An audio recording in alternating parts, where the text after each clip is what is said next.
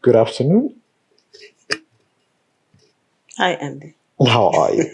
I'm good, thanks. How are you? I am good. And good afternoon to our viewers. Good morning, good evening, wherever you are, whatever time you are watching this.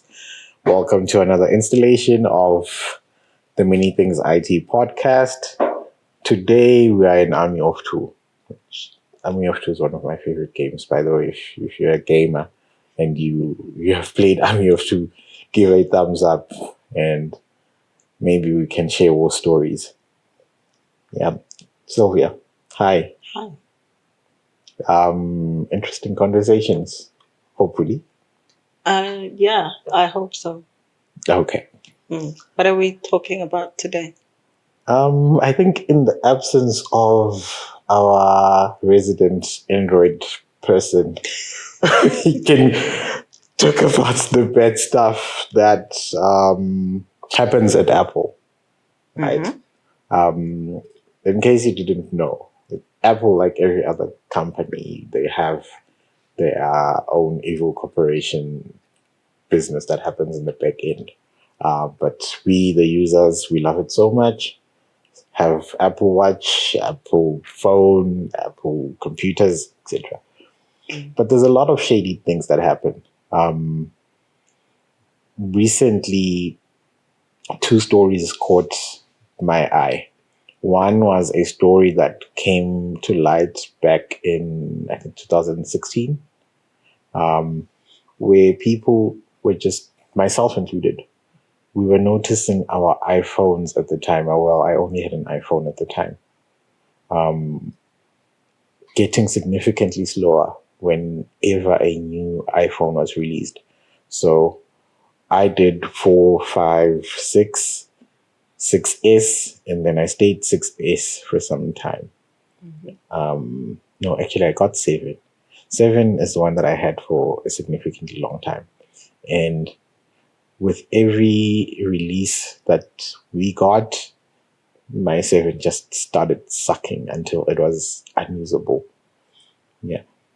And it was discovered that Apple was indeed slowing down all the devices, I guess, in the guise to... Deliberately. Yeah. To make you buy the next one. Exactly. Wow. That's some dirty laundry, right? Wait, but is this something that's still happening? So there was a lawsuit.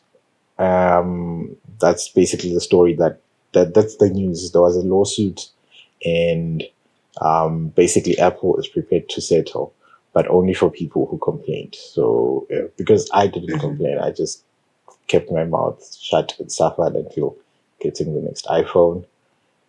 Out of luck. No, the reason why I'm asking why I'm wondering if it's still happening is, I don't know. I don't think I've experienced it with my current Apple device. And, well, by tech standards, it's a bit on the old side now. Yeah, so I think this Slowgate scandal basically was enough to keep them in check. And yeah, if they're prepared to settle, then it means they did find something. Yeah. Yeah. It's an admission of sorts. It is. It is. But hey, they make cool stuff and they have a whole ecosystem that we love. So I guess we'll stick by them. And then with that, the next story, which I really want us to have a conversation in depth, was around a 0-day vulnerability. A 0-day vulnerability is basically a vulnerability that is discovered, and the assumption is that it's existed all this time, and there's just no patch for it at that moment, and then they work and they release a patch. So that's a 0-day vulnerability, and one was discovered on Apple devices where it allowed hackers, let's call them hackers, to spy on you. Basically, they get control over your phone. where they can monitor your calls, they can control your camera, they can basically get access to your phone where you keep all your dirty secrets. And the researchers basically said, okay, the malware that is used to exploit this vulnerability currently exists and is owned almost exclusively by governments. And these governments use them to spy on bad people, criminals, so to say. So that was wild. Okay, Apple did eventually release a patch for that vulnerability. Yeah. But then, okay, I'm just thinking, you said they claim to use it to spy on bad people, but where exactly do you draw the line? Because now there's an ethical question of how do we make sure it's only being used for spying on bad people and not just. At the same time, is it even legal for them to be using it to spy on those supposedly bad people? It shouldn't be. It really shouldn't be legal. And I think what we've seen in our society and in many societies out there is there's always a innocent till proven guilty theoretically, but in reality, if someone says you're probably a criminal, they're going to treat you like a criminal. And that could see your rights to privacy being violated by said governments if they possess the power to spy on you like that. Yeah, it's crazy. Yeah, but I guess it makes you think about how we interact with our phones. I mean, we put all of this information that we want to keep hidden, for example, on our phones. And more often than not, if someone has the ability to access, if someone gets access to that information, it is bad news. I'm speaking about relationships, but Jay, for the sake of, I'm going to try and any keep other personal information. Yeah, but generally your personal information should be your own, and you should have the power to control who sees it. And yeah. Okay. So how do we stay safe on the internet and on our devices that basically our lives seem to revolve around? That's the age-old question here. I think the first thing that you need to do as a person, or well, that I do, is if I know something should not exist, right? Compromising text, compromising images, don't generate the data. Don't write things that you don't want anyone to have access to, and don't take pictures that you don't want other people to have access to. The reason why I say this is a few years ago, there was a trend where people would get infected with malware, and the malware would say, we have access to your compromising pictures, and if you don't pay us, we will release these pictures. And what I saw was people were actually panicked, right? Even though they knew very well that such pictures do not exist in that specific device, they panicked. So it means, and they were forced to pay. No, but some would pay, just better safe than sorry kind of thing. Yeah. So just being careful around the content that you generate. And then another key thing would be careful with the apps that you download, right? And be careful with the information that you put to the internet. Just circling back to the apps one, it's very easy for an app to be malicious but look good and fun. Right? Even the legit ones have some shady business going on. I don't want to go down a Facebook rabbit hole, but I still hate Facebook. But yeah, so if you download apps that are third party, if you're downloading from APK Central and not from the Play Store, you may be hurt. Yeah.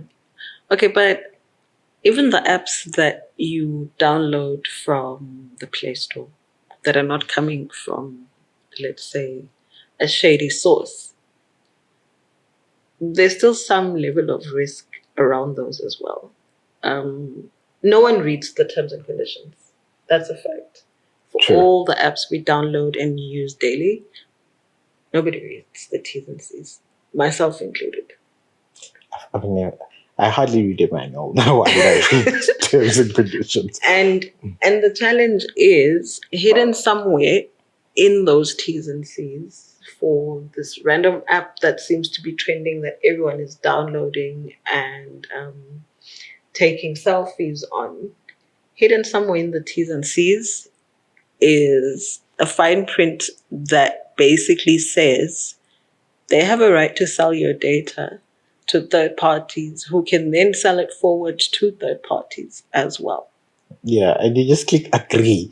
And if someone out there is trying to build a facial recognition global system, those fun apps we are using to take selfies on, which then generate images of how we're going to look like in the next 20 years, or generates an image of your childhood photo. Yeah, your baby. I find your baby one weird. There's always. But well, the baby photos are cute, but you know, I wouldn't say weird. okay, but I completely understand. I completely get how we get pulled into these trends, and it's fun. It is, and we are all active on social media really for the fun of it. So if there's something new, a lot of people are jumping on the bandwagon. Yeah, but the risks are real. Like you are saying, someone can literally take this data and create a global facial recognition system, which that would suck because it's you volunteering this data without actually knowing. Of course. And that's not even the worst part of it. And the selfie app also, the other thing with it is you will have to give it permissions to your camera. Of course.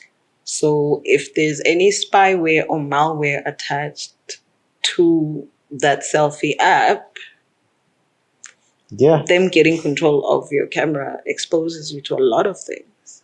Yeah, and they also get access to your what's the thing, that storage where you save your photos. Mm-hmm. That could be trouble. Yeah, that could be trouble as well. Yeah. So it's wild how the tech industry has this very dark side that is running the machine that we use for our fun, entertainment, and even our work. I'm just thinking how, excuse me, your point about creating a facial recognition system. That could be a positive thing. Like there are really nasty things out there where people use deep fakes. There was deep fakes before, which was a buzzword. Mm-hmm. Try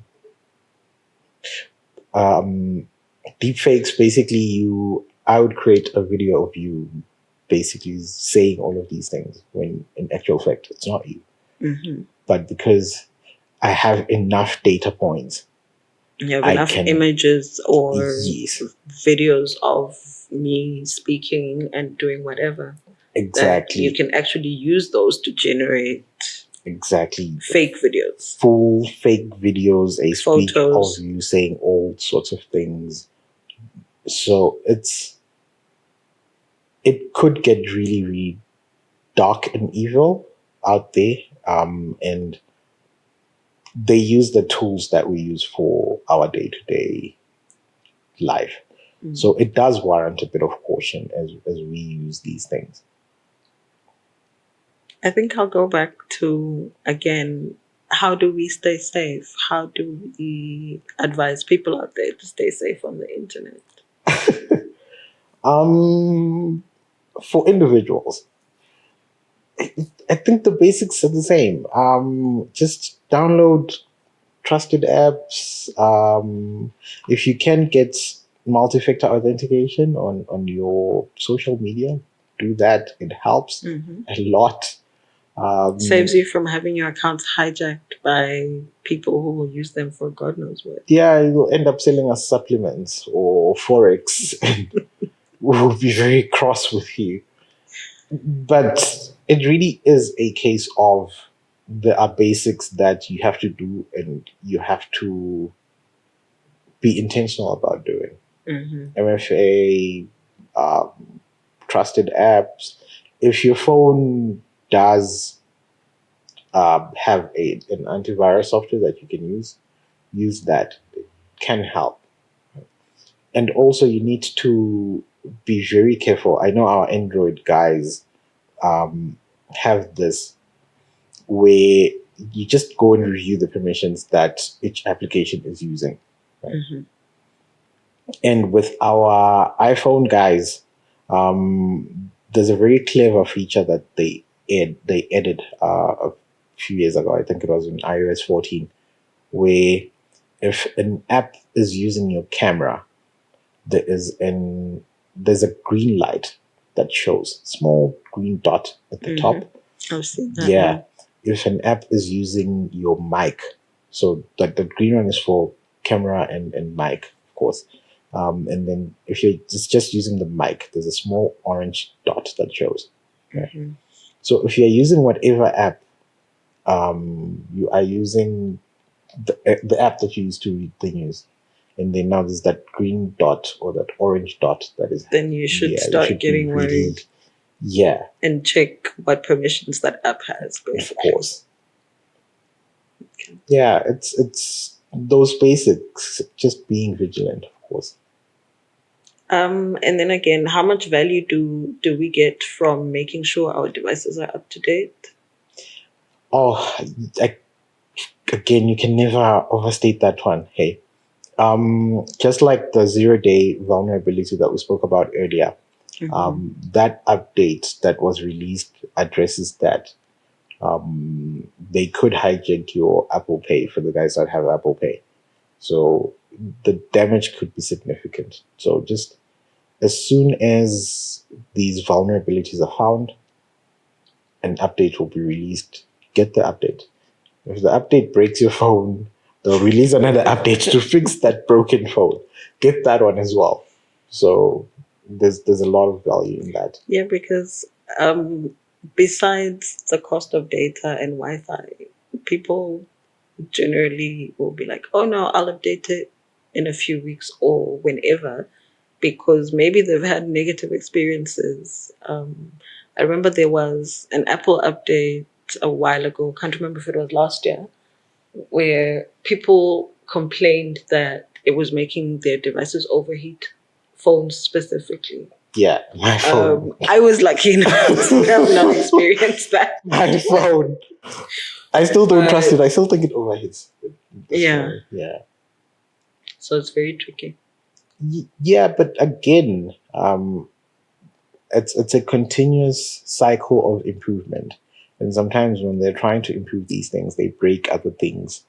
And as such, you have these drawbacks. But it's just up to you to determine whether the good far outweighs the bad. Yeah. And in most cases, the good does outweigh the bad. True.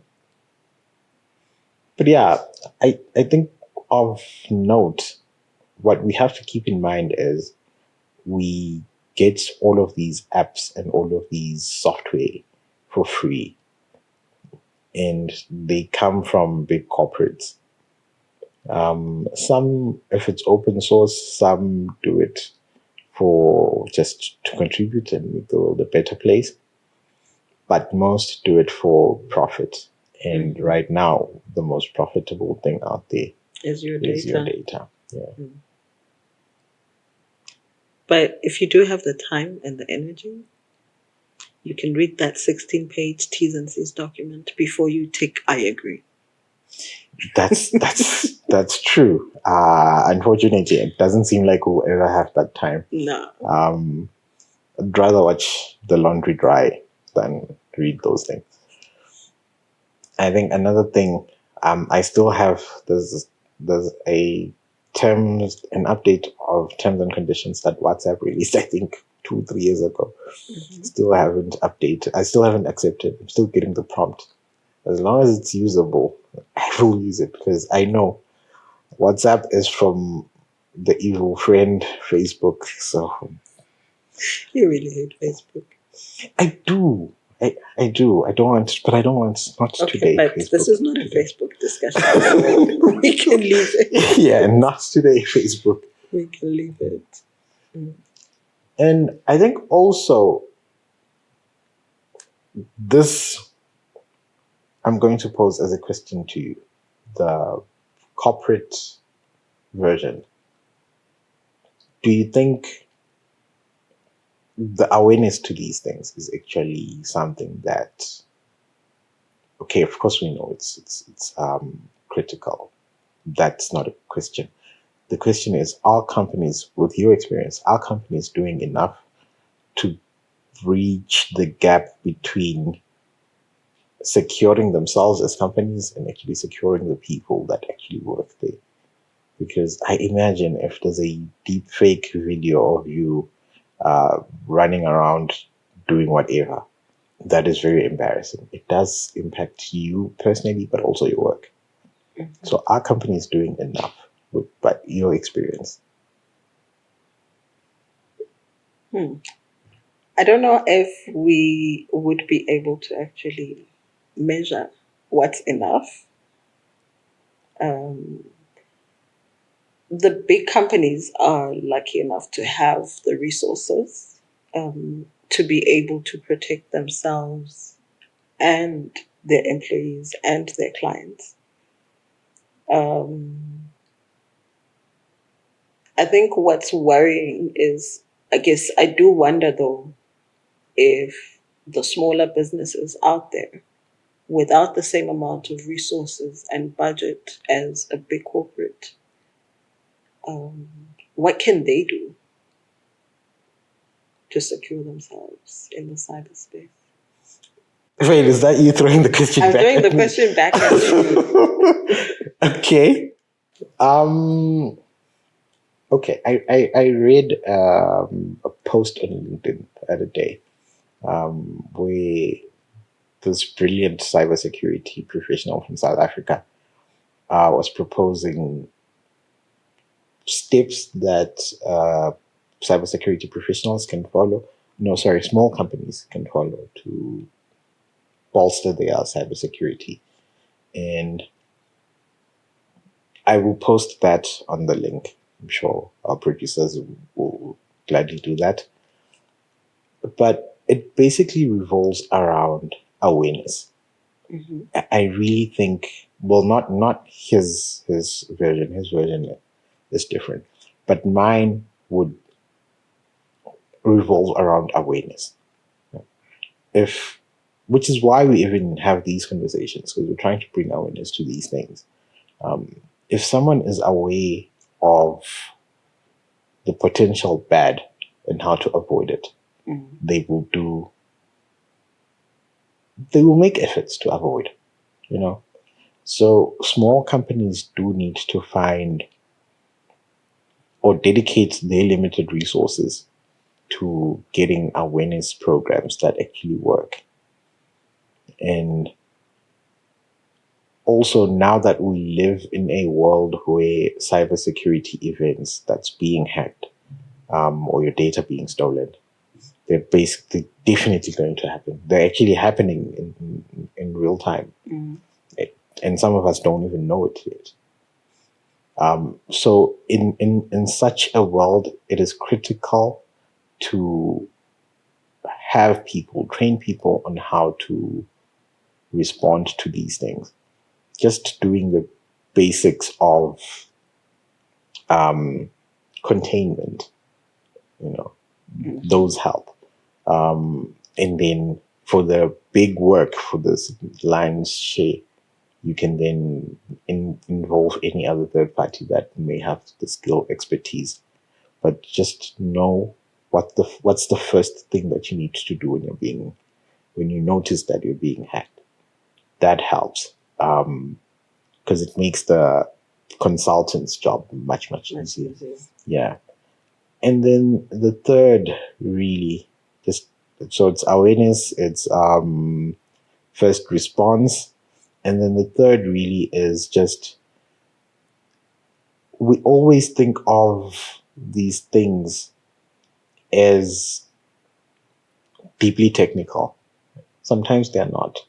Sometimes you operate in an environment that just requires you to lock a door. Right. So get those non-technical basics right.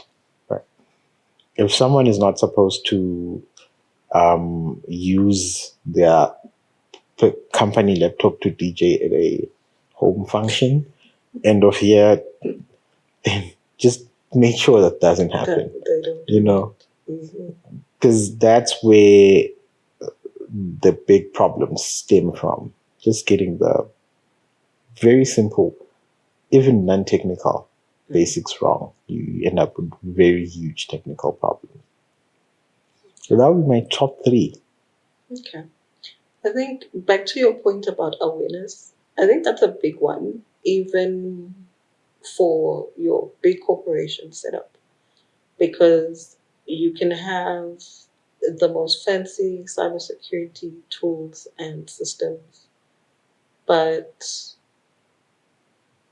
when you look at how incidents generally get to happen, your weakest link will always revolve around your people. So even in that space, awareness still has to be at the top. Yeah, definitely. I really think it's people that do all the bad things, right? And it's people that can prevent the other guys from doing the bad things. So if your people have it right, then you are off to a great start. Because just imagine spending all your time investing in the best safe there is, right? Say you have your valuables at home, you buy the best safe there is, it's uncrackable, right? And your kids happen to have the code, and one of them just leaves the safe door open. Your investment will basically be worthless. Hey. Yeah. But yeah, it's been a great conversation. Yeah, it's an interesting one. I feel like this is one of those conversations that we would probably benefit from picking up again at a later stage, where we talk more on the awareness of things in terms of what is it that people need to look out for, and also where can they get more information, maybe. Definitely. The awareness conversation is a continuous one, because the tech world is ever evolving. So yeah, it's really one for the future. I guess what our viewers can look forward to us having that conversation. Yeah. I think we can definitely expand on this conversation and speak more about specific topics that touch more on the awareness, and also what do people need to look out for. If you get a weird email that says you've won $1 million when you've never entered any competition, Of course, things like that. Yeah. Excuse me. I think maybe we can just wrap up by inviting our viewers to post stories, and we can then, as we're having this conversation, try pick a few and then just walk through potential red flags that may have been there in those stories. Because sometimes having the theoretical conversation will not be as good as having real life examples that Experience happened of what to happened. people. Yeah. So yeah, if you have a story that you want to share with us, I'm sure you can do an anonymous post on YouTube, or you can email us, and then we'll just have the conversation in anonymity. Yeah. Okay, cool. Yeah. All right. Great episode. I think we can park it here for now. Yeah. All right. Thank you. Good. Thank you for Don't watching. forget Thank you for to listening. don't forget to like, subscribe, comment, of course, feedback. We like to be fact checked. If you have different facts, or if you have any addition, feel free to reach out. Bye for now. Also, after subscribing, don't forget to click that notification bell. Oh yeah. Yeah. Sorry, I'm not a Facebook person. Oh, this is not Facebook. This is YouTube. That's YouTube. All right. Sorry, guys. Sorry. Well, the notification bell basically helps to let people know when we've uploaded another episode or a snippet of the next episode. Oh, great. See, we learn something new every day. That's why you're here. All right. Thank you, guys. Bye for now.